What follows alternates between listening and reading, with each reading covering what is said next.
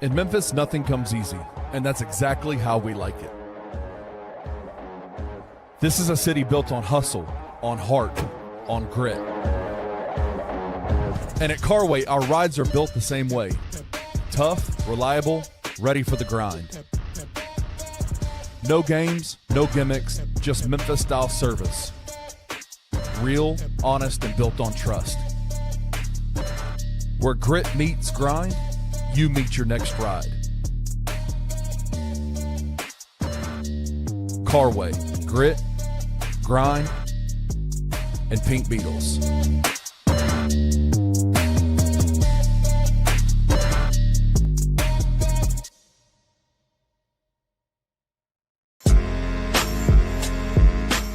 In Memphis, we know a thing or two about resilience.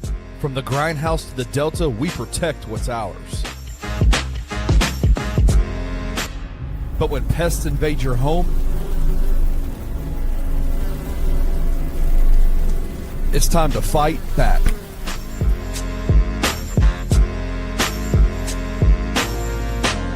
Grade A Pest knows how to handle what crawls, flies, and bites. With local experience and guaranteed results. I'm Reggie with Grade A Pest Control. We service the Memphis metro area. That also includes DeSoto and Fayette County as well. Grade A Pest has the entire Mid-South covered. So if bugs and pests put you to the test, let Grade A solve your problem.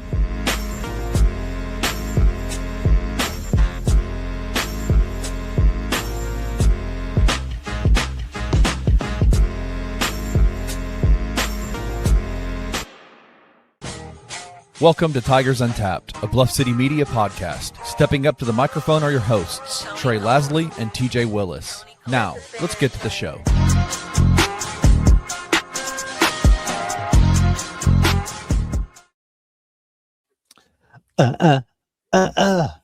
It's a very bittersweet episode this evening.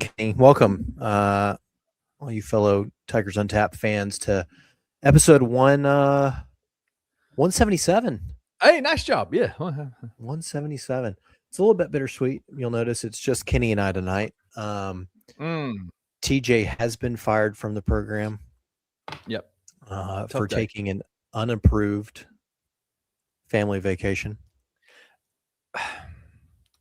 It's more so as he had a performance enhancing issue that. Did he now? Did I just break? Oh, I probably shouldn't have said that out loud. That's on me. That's on me. All right, yeah. It was an unapproved family vacation. He may be joining us. He may not. Who knows? He's in the foothill of the Ozarks over there, getting his Marty Bird on. They got internet over there. They got internet in the. We'll see. We'll see. Might be better than your Carville internet we've been dealing with the last couple of months. It's a good point. That's fair. You know what I found out? And let me ask you this: is this a real thing? And I need all my tech geniuses in the chat to chime in on this. I was mowing the yard the other day, and I was out by the box, the Comcast box, because I have Comcast internet. Is it in your yard? Yes, it's in the. Or you mean the one that's like on the side of the house where it runs in, or you have like the actual box? The actual box that runs off of everything. Like I've had to. So like, here's the crazy. Like they've had to come into our backyard and do like work for other parts of the neighborhood, and we finagle things out of Comcast every time they request. Oh yeah. Like yeah, you're gonna come into our backyard. Here's what you're gonna do for us. That kind of stuff. So, but I noticed that. One of the buried wires, I guess are they coaxial cables? Is that what they're called? Is exposed. It's like coming up out of the ground. Is that a problem for all my tech folks? That may not be good. Yeah, because I wonder if that's the issue with my internet, if that's been the problem. Does it look, is it spliced in any way or open or? Well, and here's the thing. It's right by where I weed eat and mow. And so I was looking to make sure that I hadn't, I don't know if I have, I didn't see it clipped. Oh, you clipped that thing. But I'm sure I have. You've nicked it, and every time it rains or it gets a little dewy outside, a little bit of moisture is getting in there, and that's what happens. Would not surprise me. Yep. That's what's happening to you. I when you noticed get it out on there. I noticed it on Sunday, and I was like, I might need to call Comcast and be like, fix this, please. So have they come out yet? No, they haven't come out yet. You know how Comcast is. Wow. But no, the entire the box for like 2 subdivisions is in my backyard. That's crazy. I have no idea where the box that leads into our yard is. Yeah. We ran into this when I had we had a crepe myrtle cut down in the backyard, and somebody came over and ground the stump up, and then we tilled it up, laid grass. While they were tilling it up, they cut my coax cable. Yeah. For internet, so I lost internet, but I immediately put out a signal for Comcast, and they were there within like a couple hours. Sent out 2 dudes to come out and rebury a line, and I'm gonna have to call. I'm gonna call them and recall them and figure out. You tell them you got to tell them you work from home. This is important. You're a government official. Like I am. Yeah. I called them today. I found it yesterday for the first time and was like, "That's weird. I don't like that. That probably isn't a good sign." That's what's happening. Well, if we hadn't gotten to this, but if TJ does join, I grabbed the wrong beer. Supposedly, I didn't know that he packed 2 with him. I grabbed one we've already done just because I felt like drinking some Animal Frequency. But we'll see if TJ hops in here. Who knows? I got a little something extra because of some news that's happened. But how was your Father's Day? Shout out to any fathers out there. Yeah, it was good. It was good. You have a good Father's Day weekend? Yeah, super low key. Saturday we celebrated with my family, my immediate family. Tracy cooked a bunch of stuff, and I got presents from the kids, and Sayla made a card, a homemade card that was brutal. She's very mean to me. Yeah, she's tough. Huh. Yeah, she's tough. And then Sunday we went out to my sister's house all freaking day and celebrated my dad, which was fun. So I had a good time. That's great. That is great. I'm dealing with a back issue right now, and so like I was like super uncomfortable all day yesterday. Like had to like, get up and move around a ton and make sure my back. And every time I sat down, it would lock. It was rough. I'm all right though. You sound like a father. That sounds like a father. Like an old man father. Sounds like a father. Help that I did it. Does it help that I did it when I was lifting, when I was doing a kettlebell workout? Does that help? You still got that going on? Oh yeah, that's all I did. Like it was a couple of weeks ago. No, I mean your injury. I remember or was that last week? That was a couple of weeks ago. Yeah, I re-injured it. I played volleyball with Tracy on Thursday night and re-injured it. So, yeah, That'll do it. That will do it. Kenny, we've had some big news. We do have big news since we last spoketh. We talked about it a couple weeks ago. Well, let's put some context on the table here. Penny has Maxime Logie was the last guy that they got, right? He was the 14th player for this roster. And he said to Roman Cleary and to the rest of the media, I am only going to, unless it's some super sweet deal, I'm leaving it open. I'm not going to, we'll go in with 14 only, super sweet deal. And then you mentioned a couple of weeks ago that there was some news that was coming out about €1. And we had a gentleman in our comments give us a hint about a ninja popsicle. So tonight I'm celebrating. Yeah. You ever seen a popsicle koozie? Look at that. Keeping this thing cold. That is as about as that. You have a koozie for your popsicle, bro. Look at that. That's unbelievable. It's for the children's, but that was thought, hey, what better time for me to use a popsicle koozie than doing the show? When we're talking about Ninja Pop. I gotta get up here early. I don't want the popsicle to melt. Let me get this koozie for it, I'm talking about Ninja Pop. Nemanja Popovic. Yeah. Popovic.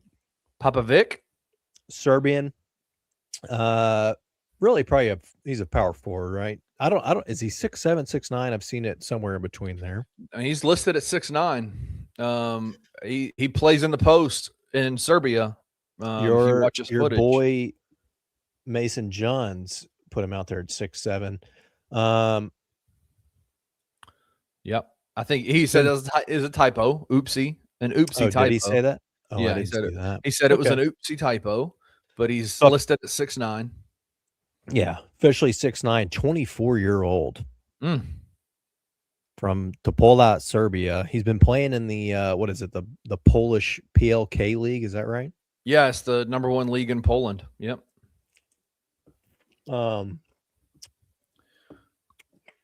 Those that know more about international basketball than I say that league is probably the equivalent of like a mid-major plus league. Is there anything like the Mountain West, A10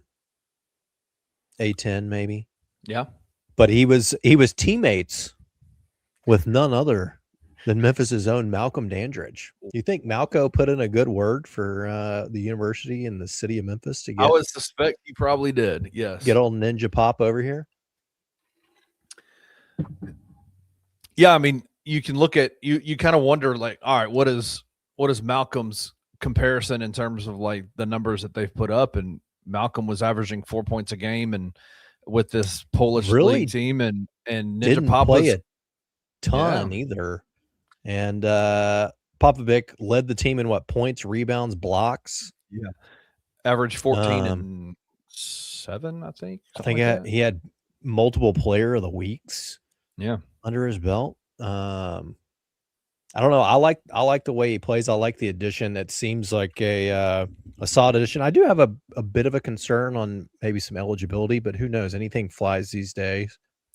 But 24 years old, been playing professionally for like 4 years, I think they say.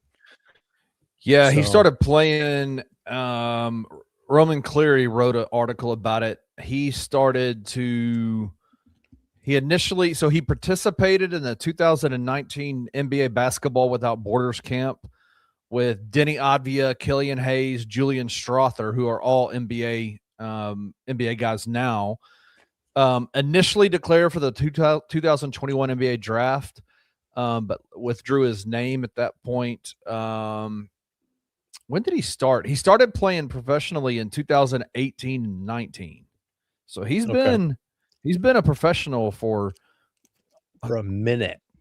So like I want to rescind my critique of Ole Miss and their bringing.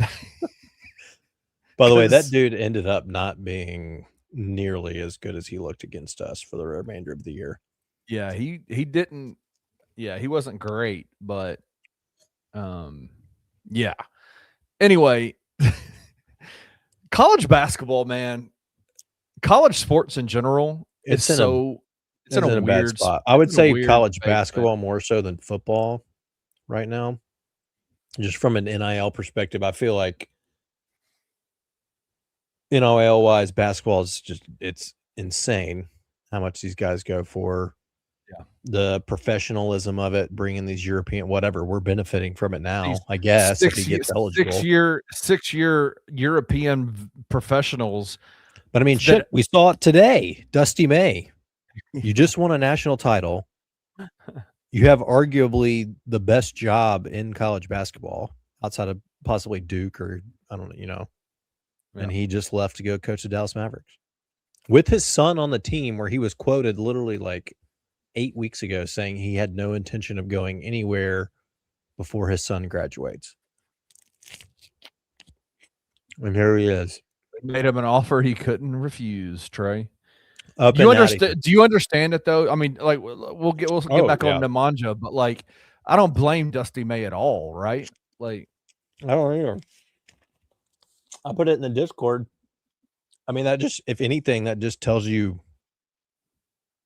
what it is like being a coach in collegiate athletics right now. Like, this dude has the best job, probably, just won a national title, has a top 5 roster again this next year that he's assembled, and he's still saying, like, deuces, I'm out. I mean, it's got to, we've talked about it before, it's got to be exhausting being a college football, basketball, whatever coach, dealing with roster turnover every single year, NIL, no real rules and regulations on anything, transfer portal. Like, Crazy. I don't blame anybody for going somewhere where they don't have to deal with all that. So I always have said if I was to get into coaching at that level, and like pursue that as a career, it would be very difficult to be a college head coach, even when it was just normal recruiting, right? Like, oh yeah, just the normal aspect of recruiting. Now, it is like you are an NBA head coach without the talent, right? Like without and you're having to like basically not only manage rosters but manage your salary cap and manage right. your I was and going to say outside of yeah, maybe a handful of programs, like you're the entire front office, you're the owner, like you're playing do every everything. role that an NBA franchise would have. Other people have specific titles for. That's crazy. But hey, we're benefiting from it. I mean, he's a starter day one, right? Yeah, I He's got to mean, be your starting four. let me just show you. I'll show you some highlights real quick of. Let me bring this up. Where are you at? W to miejsce I znowu. Oh, we got audio on this thing. Yeah, we got some audio on this thing. Shout out to Hitman Hoops for the highlight package. Very physical. He has got a hell of a hook with both hands. One of these in here. I want him to grow the hair back out. Give me that Kelly Olynyk look. Bring that back. I mean, you see everything he's doing right now is off pick and rolls in the lane at the basket. Back to basket. Look at this. Watch this. This is the one. Are you serious? Who's defending that, Kenny? Nobody in college. Nobody in the American Athletic Conference. Who is defending that?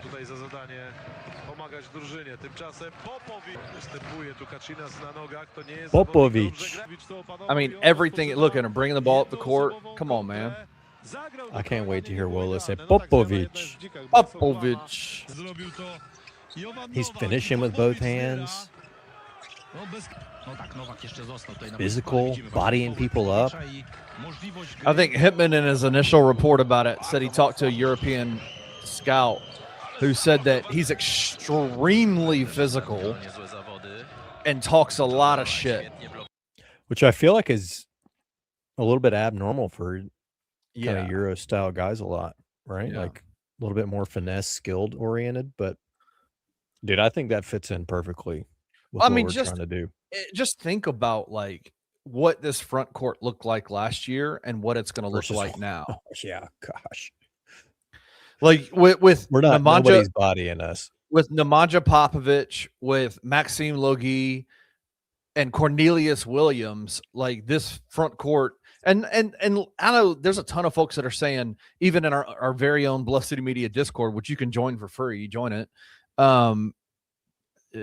There's talks of like, well, William Wharton won't get a single minute for this team.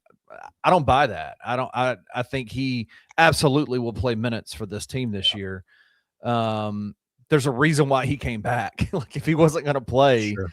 he wouldn't be here, right? Like if there are things about his game that, I mean, you can say whatever you want about him, but the guy can play basketball. You're talking about a front court that is just like, it's light years difference ahead of what last year's roster, last year's front court looked like. And then you add on top of that, the best players on the team we have a really good scoring backcourt this year, like Brandon Cummings. And I'm telling you, I've been told by people close to the program, Trey, get ready for Luke Almodovar. Like the stuff that I'm hearing he's doing in practice is wild. Like he's not just a flash in the pan dunker that can shoot threes. He's running the program, right, running the floor. Like been very impressive for this team. Nothing like a good summer workout rumor mill. And guess what else I've been hearing? I don't know this. Guess who's been really good? It's Fred Smith Jr. Really? killing. Can we talk 2 seconds about the daily walking of him to the door for practice and filming it and posting it? We can. What's happening? Well, I was told by somebody. What is? I was told by somebody that knew Fred last year in school that Fred Smith Jr. doesn't drive. Like, he does not have a license. No, don't even have a license. Doesn't have a license, doesn't drive. And so he has to get, but then I guess my question would be, like you live on campus. Before you go any further, is that like a thing with today's youth? Is it? I don't know. That they don't want to get their license and have no desire to drive? Like my nephew, who's 20, like just got his license. Oh. And only because he just didn't want it. He had a friend that had a license that would pick him up, drive him places, so he just felt like there was no need. Does your nephew have a man in his life that would tell him to grow the F up? That's crazy. How does he have a job? Who takes him places? He gets rides to work. That's silly. Grow up. Tell your nephew to grow up. That's crazy. He got his license. Oh, he did. Shout out. Yeah, I just said that. Oh, wow. Julius Randle just got traded. To where? To the Brooklyn Nets. Wow. The Julius Randle and the 28th pick in the NBA draft to the Brooklyn Nets in a 3-team trade that sends Nick Claxton to the Chicago Bulls. The Timberwolves no jaw in there. No jaw. There was no way the Grizzlies were bringing Julius Randle back to Memphis. No way. No jaw in there. Not with the number 3 pick in the NBA draft. They were never going to do that. But anyway, with Nemanja, like I'm telling you, man, it's a good pickup. Especially at this point, like, yeah. What are we at? Almost July. But I listened to Hitman on Jason and John earlier. I think he made a good point. Like, Ed came out, a week ago, 2 weeks ago, talking about 9 million. Mm-hmm. Rumor mill had kind of been out there floating around 7. So we picked up 2 additional. Everybody else has kind of filled out their spots. Leaving a spot open and get you some additional funds, get you a guy like this. Yeah, I like it. But I think he's a bona fide day one starter. Yeah. I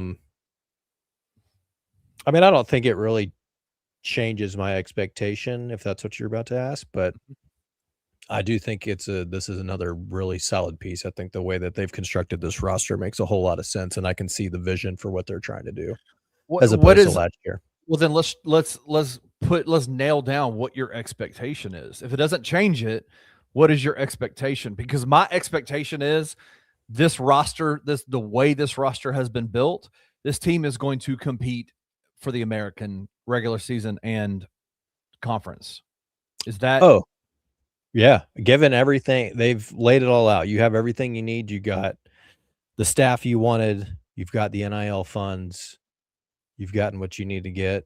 You need to win the conference and make the NCAA tournament. We'll go. Let's not forget. I think Ed said that they're running with 9.2 this year, right? Or something around there. Something around there. 9.2, 9.3. And Penny told someone, I forgot, I don't even know who it was, who he had the conversation with. Maybe it was on Sports 56, that to get a Sweet 16, Elite 8 type team, you need 10. Yeah. Should we be? I mean, is there that? But was that based on last year's? I mean, what NIL's gone up another time and a half, 2 times. Yeah, it's crazy. Yeah, I mean, I'm not going to sit here and say they need to make the Sweet 16. It's a crapshoot once you get in there. And honestly, like, I like the pieces. I like what these guys do individually. I can see what their roles should be, but until I see them together playing on the hardwood, I have no idea. Like, I think that they should compete and win the American Conference, and from there we'll have to see what they look like come November, December, January. Can I just tell you, it is super refreshing, though, to see a highlight package of a big that's clearly going to play and start for your team that has actual skill around the basket and in the paint. Yeah. Tierno Silla and Simon Majok were and Aaron Bradshaw were jokes last year. What a joke of a situation that was. Which is also funny because, like, 2 months ago, our front court looked like it was real. It was very slim, and we were very concerned. I mean, people were talking about wanting to have Aaron come back because we didn't know what the heck we were going to do. And that was like a total 180. I feel way better with Maxime, Ninja Pop, Cornelius. Like, let's roll. I'm excited. So I think we're going to be very good offensively. Let's put this roster up. Look like defensively. Let's put this roster up against the 23-24 team. Where are we at? No, 24-25 team. 24-25 team. What do you think?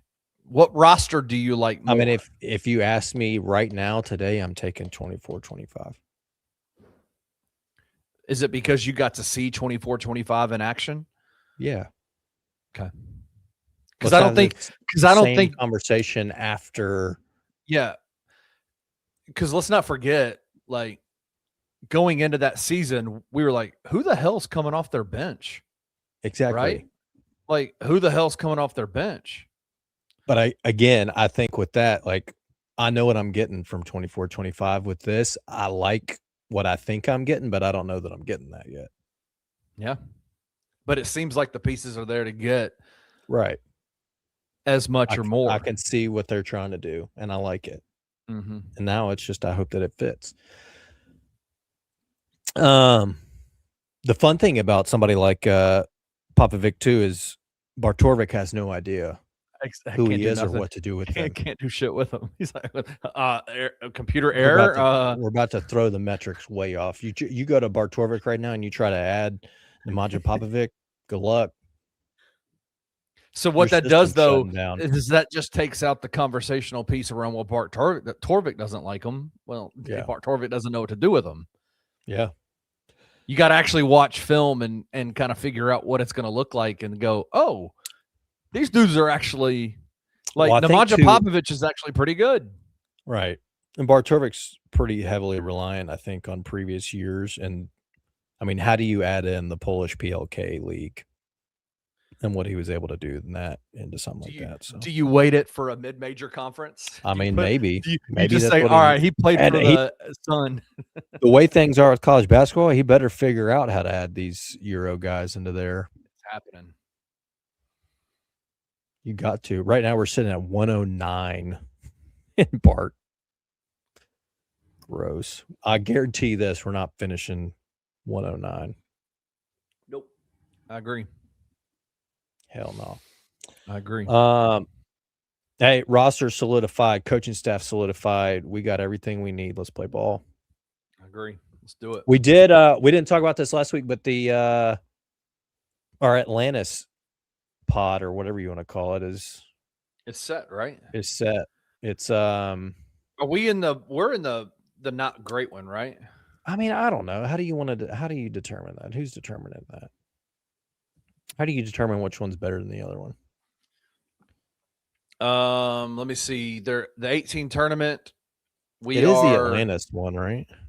Yes, Battle for Atlantis. Wake Forest, Penn State, and Mississippi State. The group 1 is Marquette, Texas A&M, Virginia, and Xavier. Yeah, I mean, I guess you could say we're whatever. So we'll play 2 of Wake Forest State and Penn State.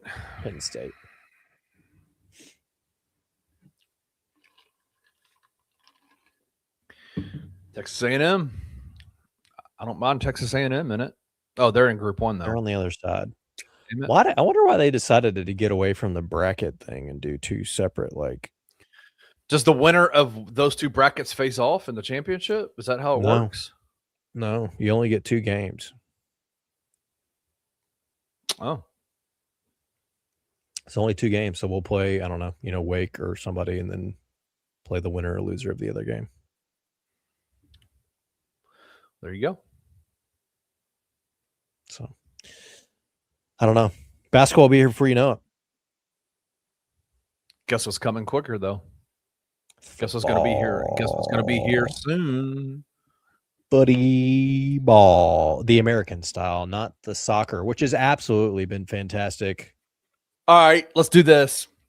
We got Lawrence on the. Lawrence is live right now. I don't know. He's in parts unknown. Don't know where he's at. Covering the World Cup. What do you think, man? Where do the Americans? Where do the Americans stand at this point? You could be in a better. They've won their group. You won the group with a game left. Yep. Literally, the game against Turkey doesn't matter. Do you sit the guys or do you? I'm conflicted. Yeah. I mean, you don't. Obviously, I think to keep momentum going, you want to kind of keep your lineup the way that it is, but also I can see how you don't want to risk injury. You don't want to risk anybody that's got a yellow. You don't want to risk a second yellow. Well, no, it gets wiped out after this game. It does the totality, but they would, if they get their second, they would have to miss the round of 32 game. No, that's not true. No, it is true. It is. Are you sure? I thought it gets wiped after this game. They get the total. Like, if you only had one, then it's wiped clean. But if you get your second, I'm fairly certain you have to sit out the round of 32. So then I would sit like Balogun. I would sit Chris Richard. I would sit all those guys. Yeah. I think so. Because they all have yellows. I think and so you know Turkey, who isn't gonna make it, they're not gonna advance out of this pool play. Well, they can't. They cannot. They're just gonna go and attack those dudes. They're just gonna go. Yeah. I mean, it's gonna be a world war out there. It's different. I mean, I don't disagree with their tiebreaker change. They've changed it. It used to be goal differential. So now previous individual World Cups, matchups, right? Right. It's head to head now. So previous World Cups, this game technically would still be feasible for Turkey to make their way through if they beat us. Like, I don't know what it is off the top of my head, but they would have to beat us by, it would be like 10-0 or something for goal differential to come into play and for them to go through. Now it literally does not. They could beat us 50-0 and it doesn't matter. They're already out. Yeah. Which is weird, but we're in a great spot. I think it's shaping up even knockout stage. What do you think though? Like, where does the team go? Path. How far do they make it? I talked to a bunch of. I talked to I have two nephews and a future nephew-in-law who was at my my Father's Day celebration yesterday, and we were talking about the the men's national team, and they were like, "Listen, they're as good as we've ever seen the Americans, but they're still not. They're still not there. They're not." I mean, I feel like the best way I could probably put it, them winning this would be like the G5 winning the college football playoff. Damn. Now, even having said that, I did like where we were probably before yesterday, our path. It's obviously still changing, but I'm not as Uruguay drawing yesterday hurts them bad, right? It did bad. Right now, as it stands today, we play Ecuador in the round of 32, followed by the winner of Egypt, Czech Republic. I'm not as thrilled about that when it was Bosnia, and then the winner of Czech Republic, and I forget who it was. They were originally matched up with. I don't know. I mean, I could see them making the round of 8 quarterfinals. Yeah. I don't know. It's been fun though. I've had a lot of fun. They're the best they've ever looked. The crowd's been great. Everybody that's come over from different countries has seemed to have a great time too. So it makes it fun. Like you said last week, country versus country stuff is the best. The best of the best. It makes it so much fun. It has been hilarious to see these foreigners come over and go, is America a real place? Like this doesn't, this place doesn't feel real. TJ sent us, our friend group, I don't know if you saw this, but the TSA has kind of put out some jokes about it, but of all these people coming over that are trying to fly back with bottles of ranch. And they can't get through because they're all over 3 ounces or whatever the cutoff is. Is ranch not a thing in I don't. other? It's like a very American. I don't think I realized that either. But yeah, I didn't know they that don't either. really- it's like an American thing. Like stuff like I've seen pictures of or videos of European fans coming over and being stunned that there's free refills of coffee at these little diners and stuff like that. Like Yeah. Yeah. getting like Yeah. being in like getting like barbecue They're nachos like coming over somewhere. here and getting a big gulp that's a freaking 42-ounce cup, and they're like, wait, What? if I got 42 ounces of a beverage where I'm from, it's $3 an ounce. Yeah, no, it's been awesome. I'm excited though. I can't, even though it doesn't matter Thursday, I cannot wait for them to play again. Yeah. I'm living. I for would the US definitely games. Pulisic is back. Pulisic is back with the team training. See, do you play him though? I don't think I mean, with a calf, I don't know if you do, man. I think you just kind of let it ride, right? Like give him another week give him another literal 2 weeks to heal up. You know what I'm saying? Like, yeah. And then I think because again, Balogun and Chris Richards are so important to this team moving forward, like what they do. And they both are sitting on one yellow. So it's like, do you just sit them and not let them get, because they're going to get targeted. They're going to get targeted in that game. Yeah. Balogun's yellow was hilarious too, putting The 6'6" dude in a choke. Yeah. What was his freaking name? They kept saying they wouldn't just say his name. Big Harry, they'd call him Big Harry. I forget what his last name was. Yes, the Australians were some assholes in that game, bro. The second half was crazy. Crazy. All right, let's take a quick break. We'll be right back, and we'll talk a little. I guess I don't know how much football we'll talk. Depends on if TJ gets on here, but we got a big update last week from Ed. Yeah, on the Do stadium you progress. you want me to bring in the renderings that were sent to me? Yeah, let's do that. We can look at bring them. in the renderings. Yeah, we'll look at them. We'll look at them. We'll take a quick break. We'll talk about the stadium and maybe a little. TJ gets on here, a little season preview. We'll be right back.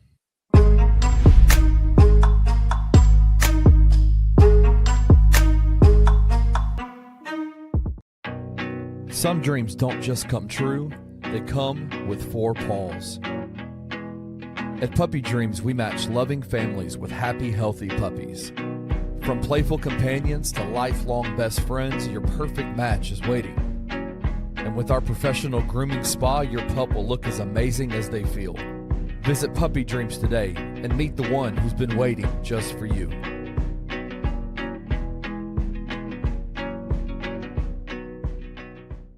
Morez Johnson. I told you that his stock is going to rise coming into the draft. I think the floor for him is 12 to the Charlotte Hornets. Brother, I see people say things like, well, if the Grizz get Peterson, go try to get Morez Johnson, right? If you get Boozer, go get a guard. Like, bro, I don't know no better way to say this.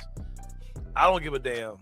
What worst case scenario, best case, who drafts who whatever, who trades, whatever. If the Grizzlies take a pick at 3, which I know they will, I want Morez Johnson at whatever our second pick is. I don't care about matching the talent or balance. Bro, I saw Zach Kleiman get in front of the camera and say, this team needs dogs, right? Go get 2 of them. Go get 2 6'9" dogs in your team, man. I don't care if they play the same position because I believe they can play together. I hate to go here, but he's another Brandon Clark, bro. Tune in to the Anthony Sain Show, Monday through Friday at 1 p.m. live on the Bluff City Media YouTube channel. Tired of the same old fast food? The soggy fries, the frozen flavors, the meals that never quite hit right. Head over to Waldo's Chicken and Beer, where everything starts fresh and flavor comes first. Our chicken is fried in rich beef tallow for that bold, old-school crunch you can actually taste. And don't skip the premium homemade southern sides, fresh greens, hearty white beans, and creamy mac and cheese made to complete the meal. Bring your whole family. There's plenty of space to relax, plus a game room the kids will love. Catch the game on big screens, grab a drink at the Full Bar, and enjoy happy hour specials every day from 3 to 6, all day on Tuesday and Sunday.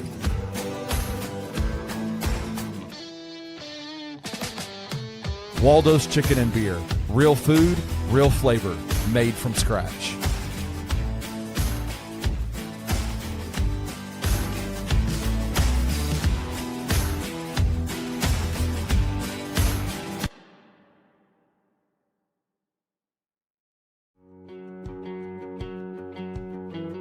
In Memphis, we don't just make memories.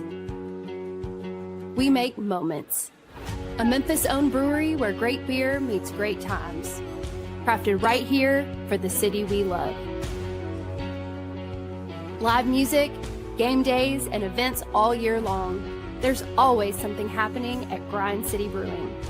Bring your crew, bring your energy, and make every night feel like a celebration. Real beer, real Memphis.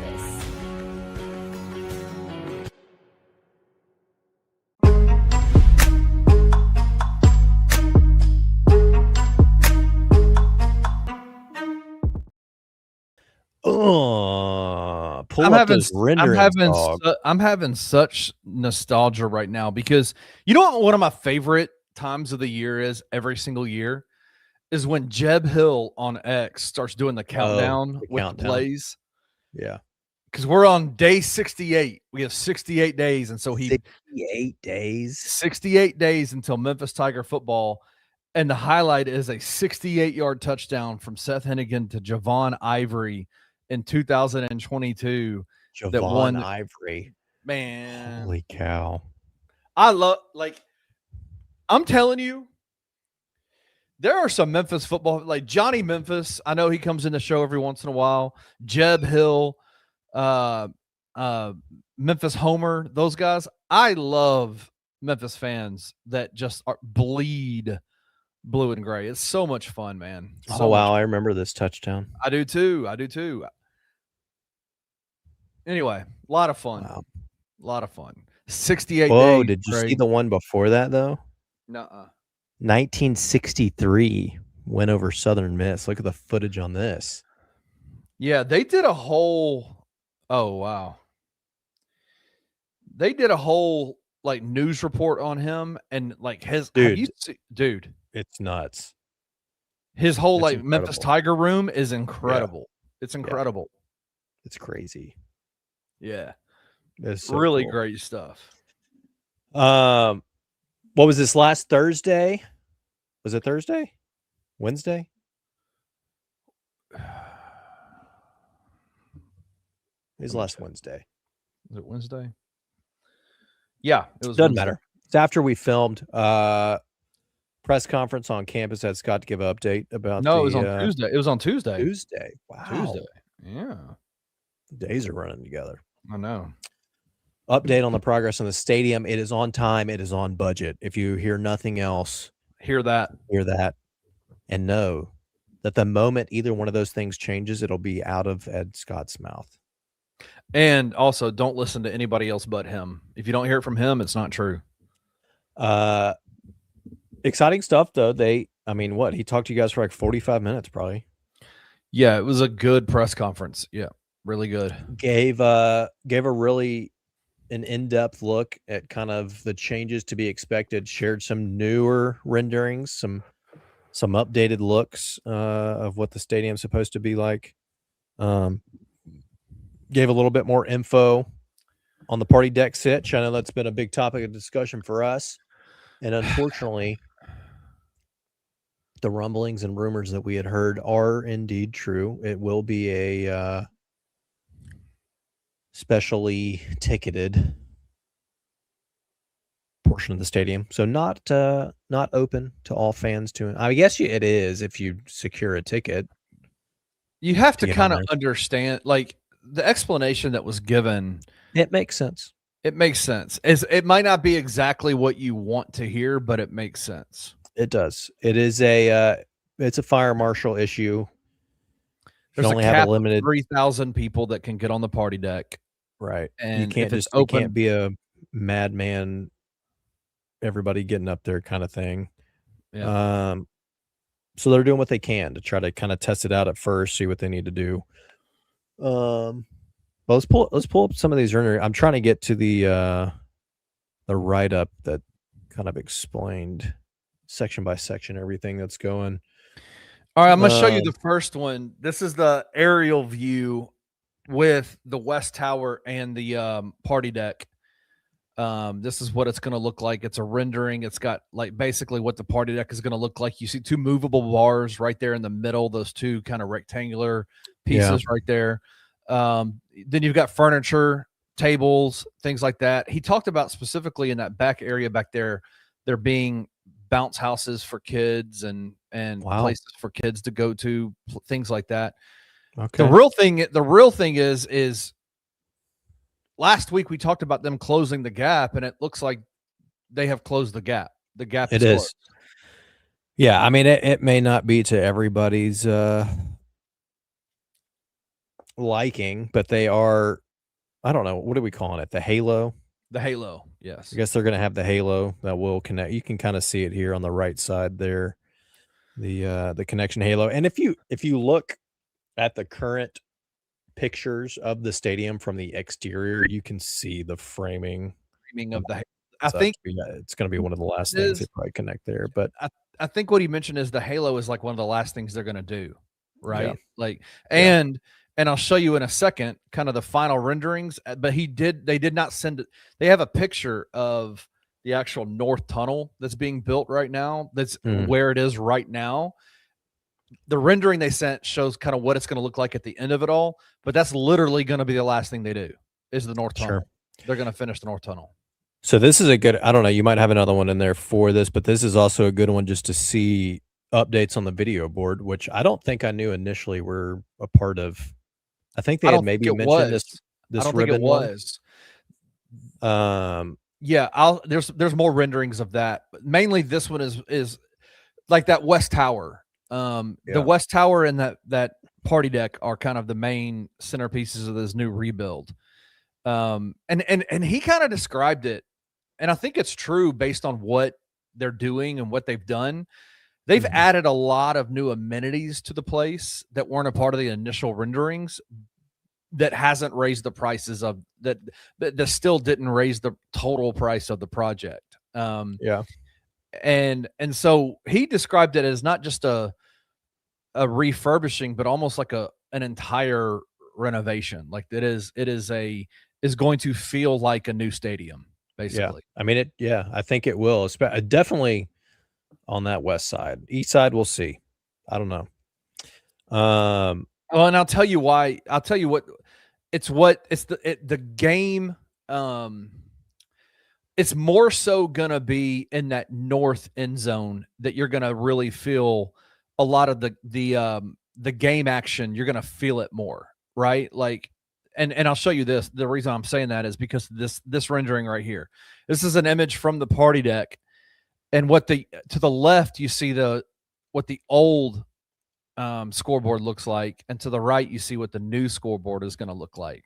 It may be a little hard at first glance, but the current, well, I guess it's deconstructed now, but how it was is you had the board, and then on either side speaker or sound system that was for the entire stadium, right, just went top to bottom, which is why I'm saying what he's describing is like, you see the new scoreboard is going to be, it puts them on par in terms of quality and size as like the biggest Power 4 schools in the country. Ohio State literally has the same scoreboard in their end zone. You've increased. This will now be, it's much larger than it was, so it's now 47 by 114 feet. Puts us on par with Ohio State, Ole Miss, Mississippi State, and Arizona State as far as size. They also updated it to a 10 millimeter resolution. The previous board was 15 millimeters, so this will be even clearer. This is the equivalent of like, I don't know, think like LED looking. So the picture will be clearer. It'll be larger, and you get rid of the single point sound system, right? And you're moving to I guess how they, I don't know how they describe it, a surround sound stadium system, basically. So sound is being projected into the stadium from all angles, not just from the south end zone. And I'll go back to this. They showed an image that was a lot like this, but they had like red circles drawn on it. They didn't send it to us, and they didn't send it to me, but basically there's going to be speakers would be, they're like where the speakers are going to be put up around the stadium. And so you're not just getting a single, and the reason why I say that north end zone is going to be such a different environment, because your seats are in the northern part of the on the east side, the northeast side of the stadium. And when I was over there with y'all, when I would go over there and talk to y'all, you would hear audio, like it would be echoey, right? And like delayed and all that. They're basically saying it's going to be absolute, like 360 degrees. It's going to sound as good as it sounds listening to this show right now. Right. Exactly. Exactly. It's going to sound like a Kenny Stubblefield audio enhanced experience. Scary. Dolby Atmos at the Paradiso, but inside Simmons Bank. Inside Simmons Bank. And this is another cool. So this is what the main scoreboard is going to look like different. You see the speakers are removed on the side. They've got some on the side over there, but there's 360 surround sound around. In terms of the north end zone, they have a smaller screen. There's always been a smaller scoreboard over there. And looks like this now. This is what it's going to look like. It's a 1-for-1 rebuild, basically. It's the same size.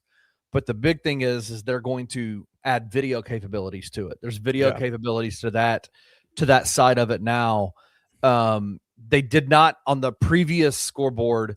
It's not going to increase in size, but there's going to be video capabilities there now, and it's the same resolution as the new scoreboard on the other end of the stadium. So you'll be able to get, if you're in that, like if you see right over there in that corner, like right there, right where that Tiger is on the, what is that? The 10 yard line right there. On the northeast side, on the cross the way, that's where TJ and Trey sit every single day, at every game. Now when Trey wants to see what's going on the other side, now he can look up at the north end zone and see the video. He can see down and distance. He can see all those different things. Yeah. So before that was just basically a digital visual board. board. It only put stats up there. Now they'll be able to show replay, live action, all that. And it, like you said, it'll be the same resolution, that same 10 millimeter, which is, to my knowledge, the best in class, the best that you can get as far as that size video board. Yeah. So that's going to be a huge difference. Yeah. And that's not it with the videos. Yeah. Let's look at this. This is an aerial view and you see these blue little screens up underneath the press box on the left-hand side and the big ribbon board up underneath the West Tower, the new West Tower. Those are all video boards. And so you're going to be able to see like that ribbon board up underneath the West Tower is like incredible quality. And from what I understand, it's like 8 millimeter or something like that in terms of definition. So they're saying it's 17 by 284. So 284 feet. It'll basically stretch it's end zone to end zone, basically. Yeah. 80 yards. The length of the field, just says one of the largest. It is 8 millimeter. And they're saying that this Megan ribbon board will revolutionize the game day experience for all fans. So, and then you've got a much smaller ribbon, like you said, over there on the East Towers. But there's not down, distance, score. You're going to be able to easily find it wherever you look, basically. Wherever you look. Stats, everything are going to flow on those ribbon boards. Now, on this image, you also see the North Tunnel that's getting built right now. It'll be the last thing that's finished. This is brand new. This North Tunnel is not what they have.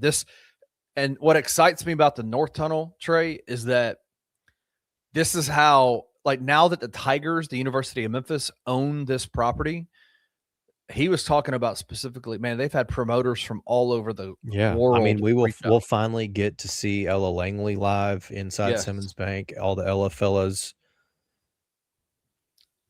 You know Yeah. who that is? Who? Ella Langley. Mm-mm. You're not an Ella's fella. Mm-mm. That's disappointing. Never even heard of Ella Langley. Wow. He's choosing Texas, I can tell by the way. You hadn't heard that song? Like probably only the Nope. most popular song. Okay. Nope. All right. Even the Europeans that are coming over here for the World Cup are all about Ella Langley. Don't know Ella Langley.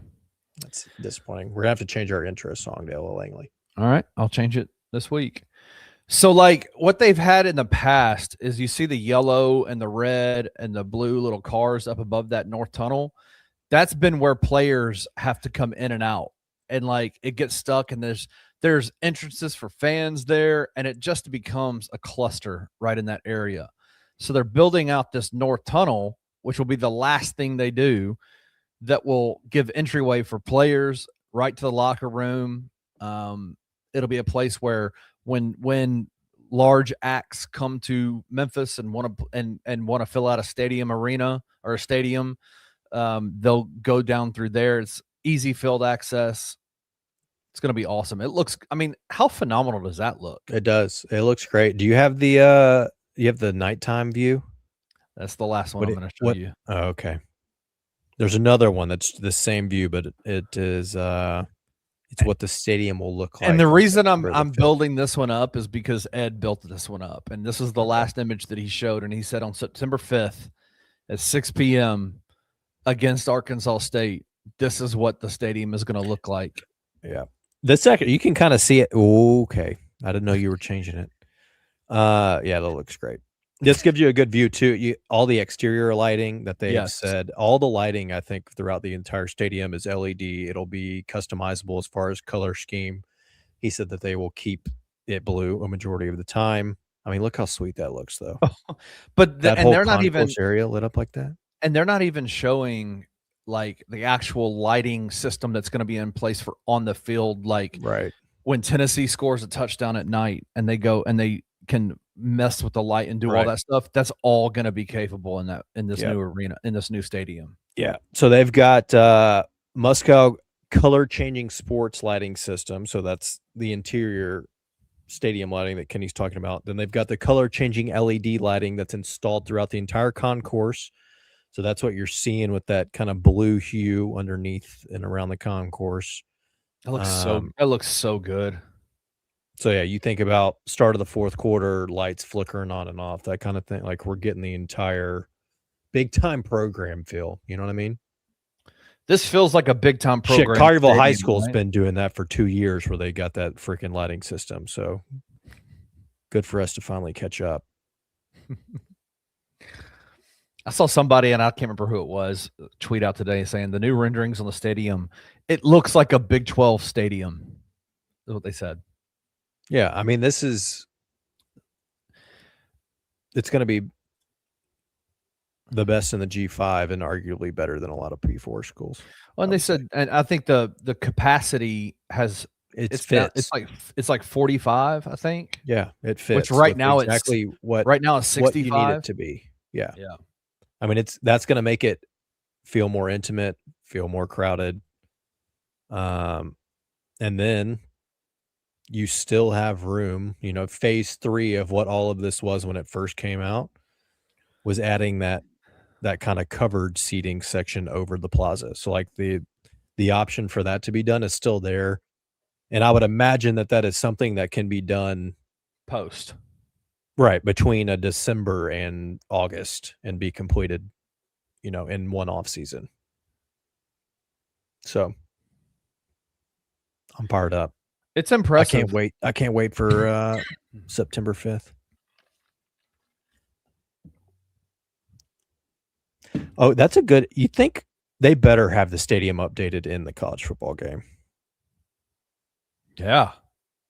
I mean, last year's college football 26 didn't give us the hole in the Liberty Bowl. So Didn't they have Vanderbilt's construction around it last year? Yeah, that's why I was mad that ours didn't have the hole in it. Yeah. Ours wasn't updated. Yeah. They better have it updated. I mean, that's a What else? fantastic looking facility. It is. I mean, I legitimately can't wait. It's quite frankly, I know we talked him up to like 7 or whatever he finally got to 8, but the fact that TJ originally said his excitement level was a 5 out of 10 for this It was ridiculous. I mean, he should probably be suspended for a year. Well, there's a reason why. The PEDs thing hadn't come out yet, but that's the reason why he's not here. Disgusting. Couple of things we didn't mention that aren't quite as noticeable in the renderings. Obviously, the east windows have all been replaced. The red is gone. Right. Brand new state-of-the-art windows that open up. So even if you're sitting up there in one of those boxes, you still kind of feel connected to the game day experience. Big, which I didn't even know about, but I'm glad that he being Ed mentioned this. They've completely resealed the entire stadium. And if you don't know what that means, is they have taken out seating to seal literally the concrete inside the stadium. If you walked around during a rainstorm at any point in the last, I don't know, 15 years, different parts of the stadium would have water just pouring into the concourse. They've resealed it, so all the leaks. I mean, obviously, stuff like that it's not probably going to be absolutely perfect, but it should be much better. I would say much better than it has been previously. And then they are painting. Yeah. The entire concourse will receive fresh paint, and structural columns, painting the exterior ring of the bowl. So it's basically, even though the majority of the work has gone on that west side, yeah, the entire stadium with the lighting, with the new paint, with the sealant, like walking in there, it should feel brand new. Paint goes a long way. I mean, that's something that TJ really should. He should look into. He should look into that. He should understand that. And a really big opportunity there. And I will put it out there. There is a brand new company in the city of Memphis called the B Team that if there are any bees at the Liberty Bowl, we would be glad to help. We will be glad to help. We will remove them. Yeah. The only thing back. I'm excited because Ed is so say what you want about him. I choose to believe the things that he says. He's super transparent about, like, yeah, we've messed up. We haven't given the media the opportunity to go through the stadium yet. And he said, I literally was wondering, I asked my team, why are we not doing it? Why are we not doing this press conference at the stadium and doing a live walkthrough, right now? And it's because they're doing a bunch of electrical stuff. And so the power's out. So, like, for all of you who are like freaking out about why the live cam isn't working, it's because there's no electricity down there right now. So, like, all that's been turned off. Doesn't mean like it's. I've heard people that means something terrible has happened. The stadium's not going to be finished. No, they're just doing electrical work down there right now. Yeah. Contrary to what you may believe in, what I've even attempted myself in changing, outlets or stuff, light switches, it's best to do anything electrical with the power shut off.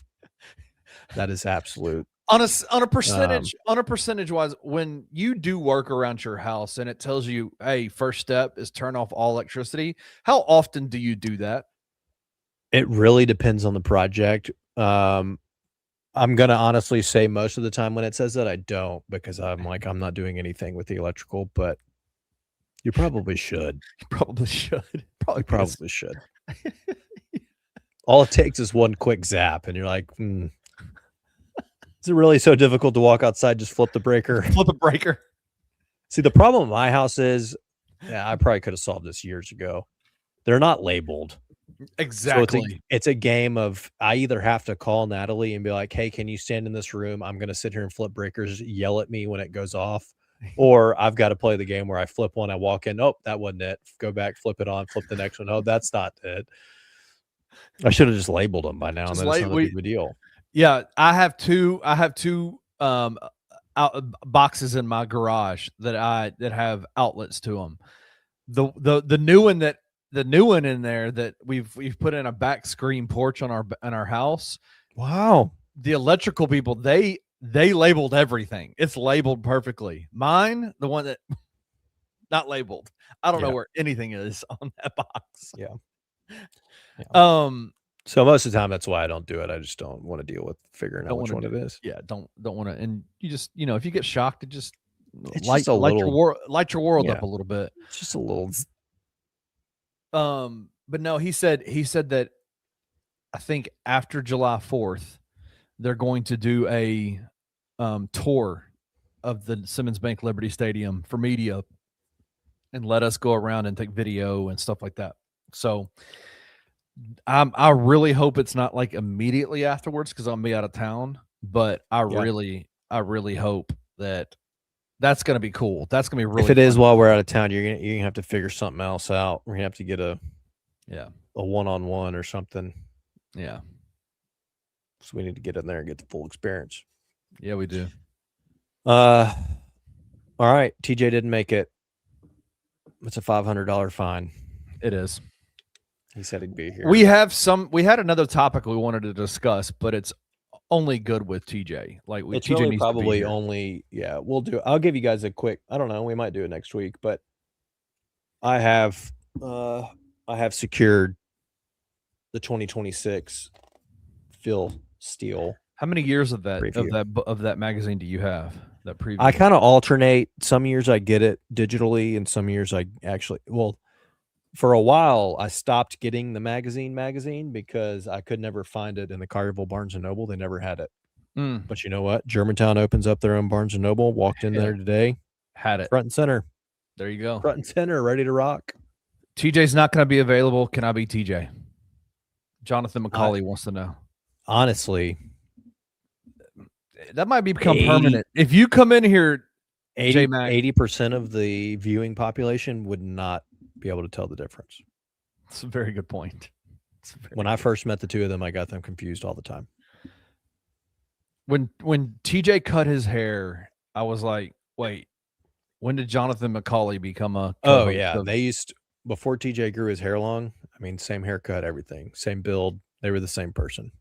Yeah, they were. Well, we need to talk Phil Steele because he's a piece of crap. So we're going to talk. Yeah, I mean, I've been a big Phil Steele believer the last several years, specifically probably really since 2019 when he projected us to win the American and make the Cotton Bowl, and that happened. Yeah. But now I think he's getting up there, and it may be time for him to pass the torch or retire, based on what I'm seeing for this year so far. Yep. He's not a Huff Daddy-ite. He's apparently. We'll get into it. Yeah. It doesn't have me feeling good, but we'll get into it. All right. I'm not rating this. We've rated it before. We'll be back next week. TJ will be here. We'll have a new beer. Y'all come for the cold takes and the hot beer. I said that backwards. Hey, guess what? Guess what tomorrow night is? It's the NBA draft. Oh, the watch party. Watch party at Grind City Brewing. Get out there. Trivia starts at 6 p.m. Host of the $2 Sports Show, Rusty Witten, will be hosting that. The draft starts at 7. We'll be live during the entire night, drinking beer, talking shit, having a good time. Whoa, J-Mac. Good Lord. He is. That may be true. Y'all come out tomorrow night, man. 76 Waterworks Avenue. It is going to be a glorious night. It's going to be What time does it start? Did you say that already? Yeah, the trivia night starts at 6 p.m. with Rusty, and then 7 p.m. the draft. What kind of trivia are we talking? It's going to be an NBA trivia, a Memphis Grizzlies trivia, and a draft trivia. Prizes? Wow. What's first place get? That's up to you. Got to talk to Rusty about that. I don't know the ins and outs. Okay. It's going to be a lot of fun, though. There's going to be beer specials, $5 beers. That's prize enough for me. Prize enough for you. I knew that would get you. Would you come out to the draft party? Would you be able to make it? I would, but I believe Natalie has something tomorrow, so I will have to double check with her. Of course she does. She's going to the draft party. She's big into mahjong. Oh, I don't know if you're familiar. I lived in China for 3 years. Yes. And they got a group that plays on Tuesday nights, so I gotta check and see if she's playing tomorrow. Hell yeah.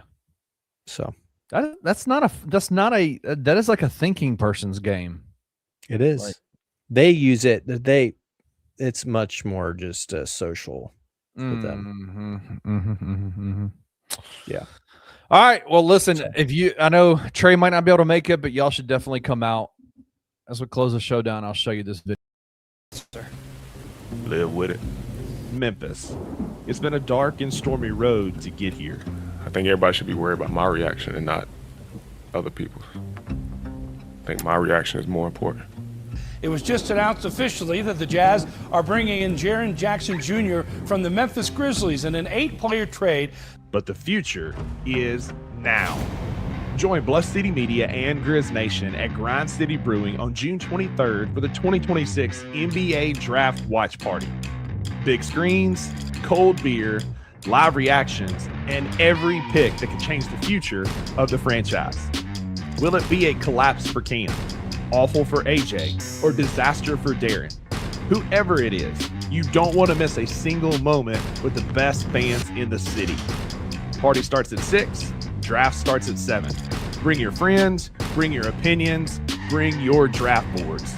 The BCM crew will be live on site and on air as Memphis finds its next star.